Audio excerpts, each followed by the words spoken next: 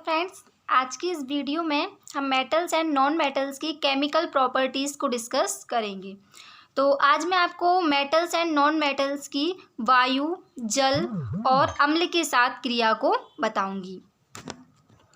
तो यहाँ पे हम मेटल्स की वायु के साथ क्रिया को देखें तो जो धातुएं होती हैं वो वायु के साथ क्रिया करके धात्विक ऑक्साइड बनाती हैं और इनका जो नेचर होता है वो बेसिक नेचर होता है, क्षारीय प्रवृत्ति का होता है। जैसे यहाँ पे कॉपर धातु है, इसकी क्रिया ऑक्सीजन क्या हो गई, वायु से क्रिया हुई तो कॉपर डाइऑक्साइड बनेगा यानी धात्विक ऑक्साइड बनेगा। इसी तरह एल्यूमिनियम है, इसकी क्रिया ऑक्सीजन O2 से हुई तो एल्यूमिनियम ऑक्साइड बनेगा यानी एल्यूमिनियम धातु है तो धात्विक ऑक्साइड एल्यूमिनियम ऑक्साइड बना। अब ये जो कॉपर ऑक्साइड है और ये एल्यूमिनियम ऑक्साइड है, इन दोनों की जो प्रकृति होगी ये क्षारीय होगी। अब कैसे पता करें कि ये प्रकृति क्षारीय है, तो मैंने आपको रिएक्शन वाली वीडियो में बताया था कि जब मैग्नीशियम को वायु की उपस्थिति में गर्म किया जाता है तो मैग्नीशियम ऑक्साइड बनता है और श्वेत रंग का एक चूर्ण प्राप्त होता है। तो अगर मैं उस चूर्ण को टेस्ट ट्यूब में लूँ और उस चूर्ण के पास में लाल लिटमस पेपर को लाऊं तो इसका रंग नीला हो जाता है। तो लाल से नीला हो रहा है मतलब ये क्षार है, तो क्षारीय प्रकृति को दर्शा रहा है। तो इस तरह धातुओं की क्रिया जब वायु के साथ कराई जाती है तो धात्विक ऑक्साइड बनता है और उनकी प्रकृति क्षारीय होती है।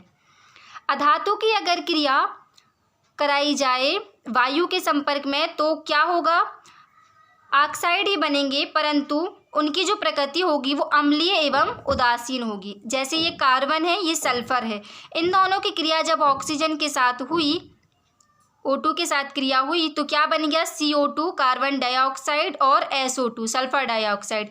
इन दोनों की प्रकृति कैसी होती है, अम्लीय होती है। दोनों की प्रकृति कैसी हो जाएगी, अम्लीय। तो अधातु वायु के साथ क्रिया करके ऑक्साइड बनाते हैं परंतु उनकी जो प्रकृति होती है उनका नेचर अम्लीय, एसिड और उदासीन होता है।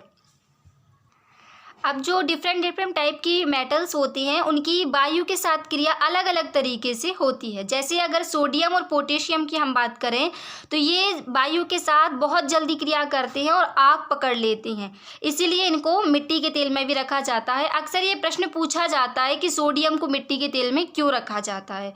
तो सोडियम अधिक क्रियाशील धातु होती है जो वायु से जल्दी क्रिया कर लेती है और आग उत्पन्न करती है, इसलिए इसे मिट्टी के तेल में या केरोसिन के तेल में रखा जाता है। अब मैग्नीशियम, एल्यूमिनियम, जिंक और लेड, ये जो धातुएं हैं ये धीरे धीरे क्रिया करती हैं वायु के साथ और इन धातु पर ऑक्साइड की परत चढ़ जाती है। जो लोहा है ये वायु में गर्म करने पर कोई अभिक्रिया नहीं करता है परंतु लौह चूर्ण गर्म करने पर तेजी से जलने लगता है। कॉपर की अगर हम बात करें तो इस पर काले रंग की परत चढ़ जाती है। ये वाला एग्जाम्पल था ऊपर, इसमें ये जो कॉपर ऑक्साइड बनेगा इसमें काले रंग की परत चढ़ जाएगी। इसके बाद सोना, चांदी ये वायु के साथ कोई भी क्रिया नहीं करती हैं। सेकंड है जल के साथ क्रिया। तो जो धातुएं होती हैं उनकी जल के साथ क्रिया कराई जाए, धातु की जल के साथ क्रिया कराई जाए तो धातु ऑक्साइड या धातु हाइड्रा ऑक्साइड बनता है और हाइड्रोजन गैस निकलती है। जैसे यहाँ पे सोडियम धातु है तो इसकी क्रिया जल के साथ हुई। सोडियम क्या है, अधिक क्रियाशील धातु है तो ये वायु और जल के साथ जल्दी क्रिया करता है, ये ठंडे जल के साथ ही क्रिया कर लेता है। तो सोडियम की जल के साथ क्रिया हुई, क्या बना, NaOH सोडियम हाइड्रा ऑक्साइड और हाइड्रोजन गैस निकल रही है, साथ में ऊष्मीय ऊर्जा भी निकलेगी। कैल्शियम की क्रिया जब जल के साथ होगी, H2O जल है तो कैल्शियम हाइड्रोक्साइड बना और H2 गैस निकली। यहाँ पे कैल्शियम के साथ थोड़ी धीरे धीरे क्रिया होती है। मैग्नीशियम की शीतल जल के साथ क्रिया नहीं करता है, मैग्नीशियम ये गर्म जल के साथ क्रिया करता है।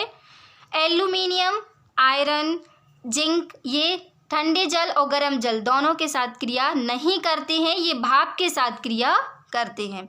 ये देख लीजिए एल्यूमिनियम की जब जल ये वाष्प के रूप में है जल, एल्यूमिनियम ऑक्साइड बना मतलब ये धातु का ऑक्साइड बनाते हैं और हाइड्रोजन गैस निकलती है, यह हाइड्रोजन गैस। कॉपर, लेड, सोना, चांदी ये जल के साथ क्रिया नहीं करते हैं। सोना चांदी जल और वायु दोनों के साथ क्रिया नहीं करती है, ऐसी धातुएं होती हैं। और जो अधातु है वो जल या बाष्प के साथ क्रिया ही नहीं करती हैं। थर्ड पॉइंट है अम्लों के साथ क्रिया। तो धातु की अगर तनु अम्ल के साथ क्रिया कराई जाए तो ये उस धातु का लवण बनाती है और हाइड्रोजन गैस निकलती है। जैसे आयरन है, इसकी क्रिया HCl से हुई, हाइड्रोक्लोरिक अम्ल, तो क्या बना, फेरिक क्लोराइड और हाइड्रोजन गैस निकली। इसी तरह एल्यूमिनियम के साथ हुई तो एल्यूमिनियम क्लोराइड बना और हाइड्रोजन गैस निकली। सोडियम धातु है, इसकी क्रिया हाइड्रोक्लोरिक अम्ल से अगर मैंने कराई तो सोडियम क्लोराइड NaCl, ये लवण नमक और हाइड्रोजन गैस निकली। जो अधातुएं होती हैं वो सामान्यतः तनु अम्लों के साथ क्रिया नहीं करती हैं, परंतु सांद्र अम्लों के साथ क्रिया करती हैं। Thank you so much. अगर वीडियो पसंद आए तो प्लीज़ लाइक कीजिएगा और चैनल को शेयर कीजिएगा, ज़्यादा से ज़्यादा सब्सक्राइब कीजिएगा। Thank you so much.